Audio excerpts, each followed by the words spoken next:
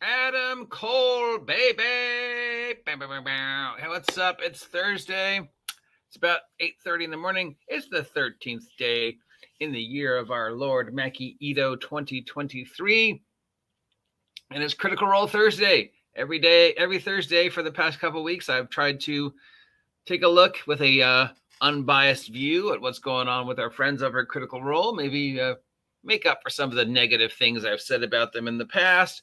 But unfortunately, I'm going to say some negative things about them based upon the news we've gotten in the last 48 hours. So let's start with the good news, then the medium news, then the Ashley Johnson, Brian Foster news, if anything has changed to that. So first, good news. Do you live in London? Do you even know where London is? Have you ever been to London? Do you know anybody named London? Anyways, if you are in London, in the lands of our England, and that place over on the other end of the world, there's a Critical Role live show being done at Wembley Arena. Wembley, a place that is almost impossible to sell out. But yes, Critical Role is having a thing, and it'll be interesting to see how you do live role playing in a huge theater outdoors. Yeah. Now, they've done live Critical Role before, but never in something like Wembley. They've done it in like an indoor theater and stuff like that. And there has been mixed reviews of the live productions. So this is the characters from the Mighty Nein Campaign 2 regathering to deal, I guess, with some of the effects that are affecting the world of Xandria from Campaign 3, the Apogee Solstice. So that's kind of cool, even though I thought they took farther apart in timelines.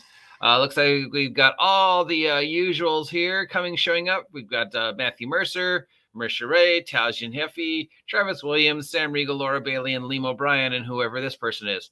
It says Ashley Johnson, but it doesn't look like Ashley. Isn't she a blonde? Oh, well, maybe she dyed her hair. Anyways, this will be at the Wembley on the 25th. And then as part of the London Comic Book 2022, 2023, whatever year it is, they're going to be there at the 28th and 29th doing a panel. And, of course, autographs that you have to pay for. And photo ops that you have to pay for. So how do you do a live role play in a theater? And of course, we know it's not scripted. Season 2 was never scripted. And, doing a production in a theater in a stadium that, is difficult to fill, except for major sporting events, that is outdoors. Yeah.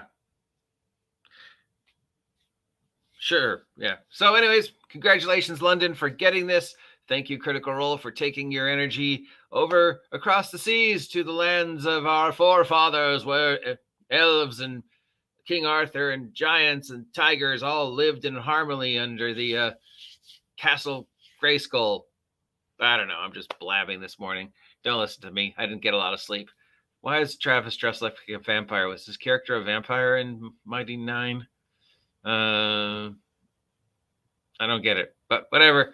Now on to medium Critical Role news and what's going on with the Candle Obscura Illuminated World. It's Dagger to the Heart. So we're going to go here to the channel content and see what's going on. All right, the last episode of Critical Role Four-Sided got 109 views, which is basically them talking about the last episode of the game and then just sort of goofing off with each other. And there was a ton of people there who I've never seen before, so I guess they're all new characters, actors, employees of the Critical Role family. The last episode of Mitts, their live-action radio play, only got 10K views. The last episode of Critical Role Campaign 3 got 3,440K views on YouTube and 3,705K views on Twitch. Yeah, are some of those the same people? I don't know. Do you think people watch it on Twitch and then go and watch it on YouTube again? they probably, people watch on Twitch and go to YouTube direct, watch the highlights, but I don't know if they'd watch the whole 4 hours again. So that's about 6,000. Not bad. On the other hand, Candle Obscura episode 1 only did 197K views on this is episode 2. Episode 2 did 197K views, and episode 2 is not on YouTube yet. So at least Twitch-wise, 1,970K views. Not that great compared to the 6,000 plus views that 600,000 plus views that Critical Role Campaign 3 episode 64 received. No new news on Illuminated Worlds.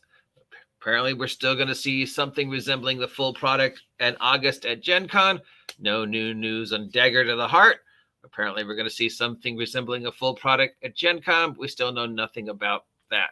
Now on to the sad news. The whole Ashley Johnson, Brian Foster removing the videos from YouTube, Twitch again.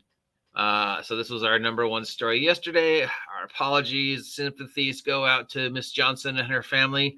Our sympathies go out to Mr. Foster and his family. If these allegations are true, let's hope that Mr. Foster gets the help and guidance that he needs to mentally, emotionally, financially recover from this bad spot and be in a better place. And let's hope that Miss Johnson receives all the support and aid that she needs to come back out of this, better financially, physically, mentally, and emotionally, and continue with her amazing career. Same with him. If these allegations are true, remember, he hasn't had his day in court yet. We do know there is a restraining order. We do know that everything that was on the YouTube, Twitter, Twitch thing that had Mr. Foster visibly in it, whether talking or working or running or doing his interviews, have been removed. Hundreds of hours of Critical Role content have been removed because they contained the Mr. Foster making of an appearance. And we do not know why.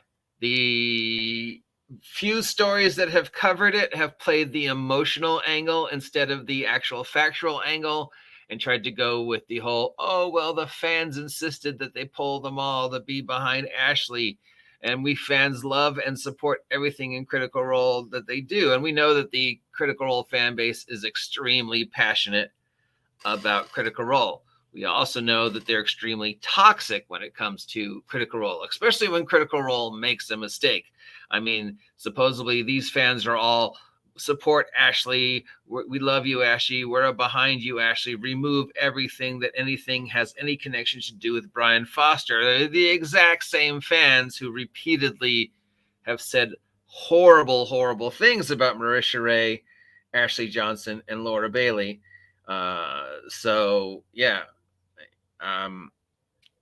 Very toxic fan base. But it's easy to say, the fans wanted this because, depending upon where you sit on the Critical Role spectrum and whether you want to be a pro Critical Role shill or an anti-Critical Role shill, this is a story you can use to influence emotions from the readers to get a desired effect.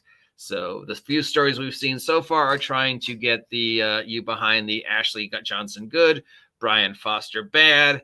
We took down the videos as a symbol of a solidarity because the fans wanted it, because we don't want to associate with Mr. Foster anymore because of the horrible things he hypothetically did to Ashley. And again, unless the court case happened and they haven't posted it yet, innocent till proven guilty, which means hypothetically the accusations, but legally.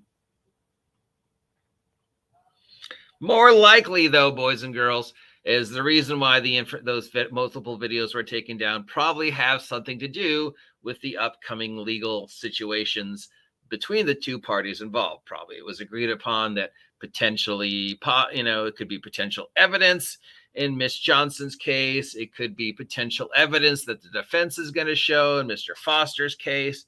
There's hundreds of legal reasons, especially when a restraining order is involved, especially when dealing with two people in the public perception that leaves you to go, okay, how much of this is emotional? How much of this is support? How much of this is financial? And how much of this is it was taken down on the advice of counsel?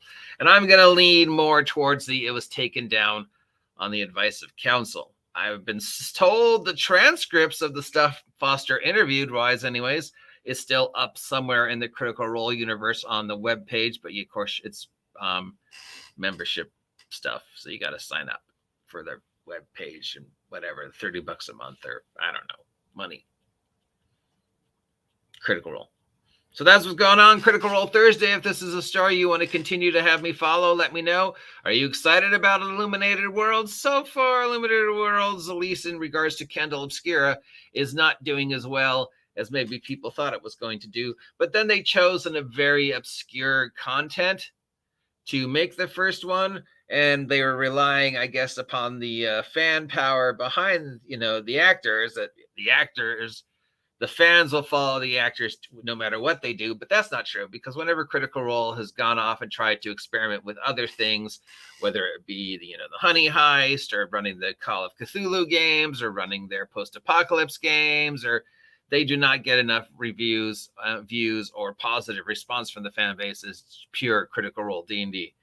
So I don't think the fans will follow them no matter what they do is true. I think that's what they were counting on. I also don't think there was much of an audience for the genre they chose, and there's much of an audience for a D6 system now. Hindsight being 2020, in a perfect world being, precognition. Since they already have the Legend of Zelda rights to do a Legends of Zelda playthrough, and the Legend of Zelda stuff that they did was approved officially by Nintendo, my best get would be to do the Legend of Zelda source book with the approval of Nintendo under the Candle Obscura rule set. But for some reason, they chose Powered by the Apocalypse for the Legend of Zelda, because I guess Powered by the Apocalypse emulates Legend of Zelda better than their system did at the time. Where I think we're more interested, excited, cautiously optimistic about the fantasy game, especially if they say Campaign 4 will be set using Daggerheart instead of Campaign 4 will be set using 2024 Dungeons and Dragons. And where, or whatever it is Amazon tells them to do, since they're now employed by Amazon. Again, I still think it's a matter of when, not if, that they cut that Wizards of the Coast umbilical cord, but I could be wrong. They've proven me wrong before in the past, but I'm still 90% sure that Dagger of the Heart is the official announcement of their ending their relationship with Wizards of the Coast, at least for now. That's all the Critical Role news. If you want to hear me do this more, let me know. If you never want to hear me talk about Critical Role ever again, let me know. Again, all our support and sympathies to Miss Johnson and her families, and all our support to Mr. Foster. Let us hope he gets the help he needs if, in fact, these accusations are true, which it kind of sounds like they are. But again, not a lawyer, wasn't there, just responding to what I'm reading, so don't get upset at me. And that is it. I'll talk to y'all later. Until then, have a great day. Get off my land.